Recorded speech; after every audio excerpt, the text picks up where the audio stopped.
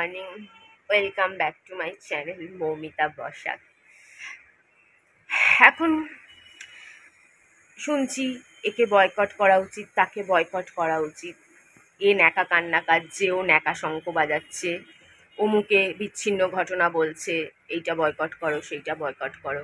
আচ্ছা, তোমরা কি লক্ষ্য করোনি যে ইউটিউবে এমন কিছু মানুষ আছে যারা প্রচুর রাস্তায় বেরোয়, তাদের বাধ্যবাধকতা নেই কোনো, তাদের বরদের বললেই তাদের ইশারাতে নাচে, যেখানে নিয়ে যেতে বলো রোজ বাড়ি থেকে বেরোচ্ছে, রোজ কেনাকাটি শপিং কত কিছু করে বেড়াচ্ছে।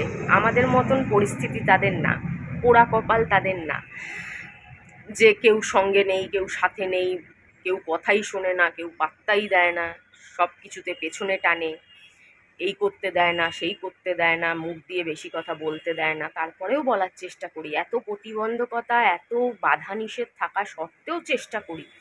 তাদের লাইফে এরকম কোনো বাধা নিষেধ নেই, তাদের লাইফস্টাইল দেখলেই বোঝা যায়, কিন্তু তবুও রাস্তায় তো ছাড়ো, বাদ দাও, অনেক দূরের কথা। রাস্তায় নেমে প্রতিবাদ তো ছেড়েই দাও, অনেক দূরের কথা। এত এত ভিডিওর মধ্যে একটা প্রতিবাদ নেই। তারা রোজ খালি দেখাচ্ছে সোনার গয়না কিনছি, রোজ দেখাচ্ছে শাড়ি কিনতে যাচ্ছি, রোজ দেখাচ্ছে অমুক নাচ গানের ভিডিও। মানে একটা নারী হয়ে এক একজনে এত নির্লজ্জ কি করে হতে পারে জানি না। অনেকেই, নাম তো নিতে পারবো না, কিছু হিংস দিতে পারি। একজনের নাম ধরো, ওই নৌকার অনেকগুলো নাম আছে না, নৌকা নৌকা নৌকা নৌকা, তার অনেকগুলো নাম হয়, অনেক জিনিস আছে যেগুলোর অনেকগুলো নাম হয়। একজনের নাম ওই রকম ধরো, আরও আছে আরেকজনের নাম তো আমার সাথে খুব মিল, মানে ধরো একই রকম বা এরকম কিছু। তারা নিজেদের ফ্যাশন ইনফ্লুয়েন্সার ভাবে, ইনফ্লুয়েন্সার হুট করে বলতে গিয়ে উচ্চারণ ডিসব্যালেন্স হয়ে যায়। তারা নিজেদের ইনফ্লুয়েন্সার ভাবে, এদিকে ফ্যাশন সেন্সের সেরকম কিছুই নেই, কিন্তু সুন্দর করে উপস্থাপনা সুন্দর করে করে বলে লোকে তাদের ভিডিও দেখে।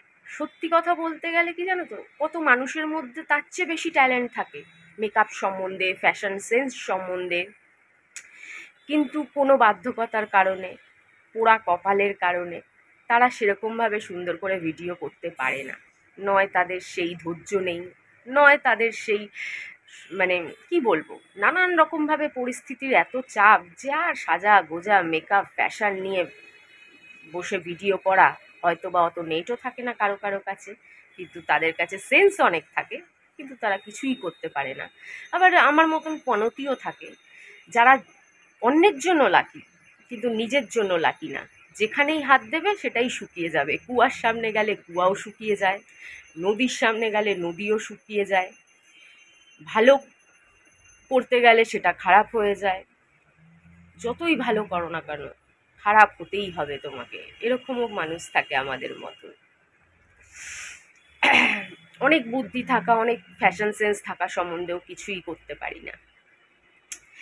যাই হোক, সেটা ব্যাপার না, কিন্তু তারা এক একজনে কিরম পর্যায়ে নির্লজ্জ এক একটা মানুষ দেখছি, মানে অবাক হয়ে যাচ্ছি। একটা একটা নয়, একটা ভিডিও নয়,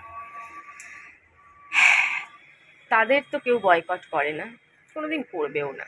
এদিকে তারা অন্য মানুষদেরকে কেউ কেউ বোকা বানিয়ে, কেউ কেউ বোকা তো একটু কম বেশি আমরা সকলেই কখনো না কখনো একটু মিথ্যে বলি, একটু ভুলভাল বলি, একটু এদিক ওদিক বলি।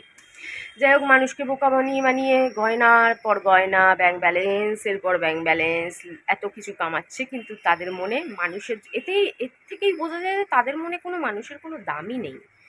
কে মরলো, কে বাঁচলো, কে জাহান্নামে গেল, কিচ্ছু যায় আসে না। আমার চ্যানেল, আমার ইউটিউব দিয়ে ব্যাস লোকের ঘাড় মুড়িয়ে টাকা কামানোটাই মেন ব্যাপার, আর কিছুতেই কিচ্ছু যায় আসে না। হ্যাটস অফ তাদেরকে, সিরিয়াসলি কি আর বলবো, কিছু বলার নেই, কিচ্ছু বলার নেই গো, কিচ্ছু বলার নেই।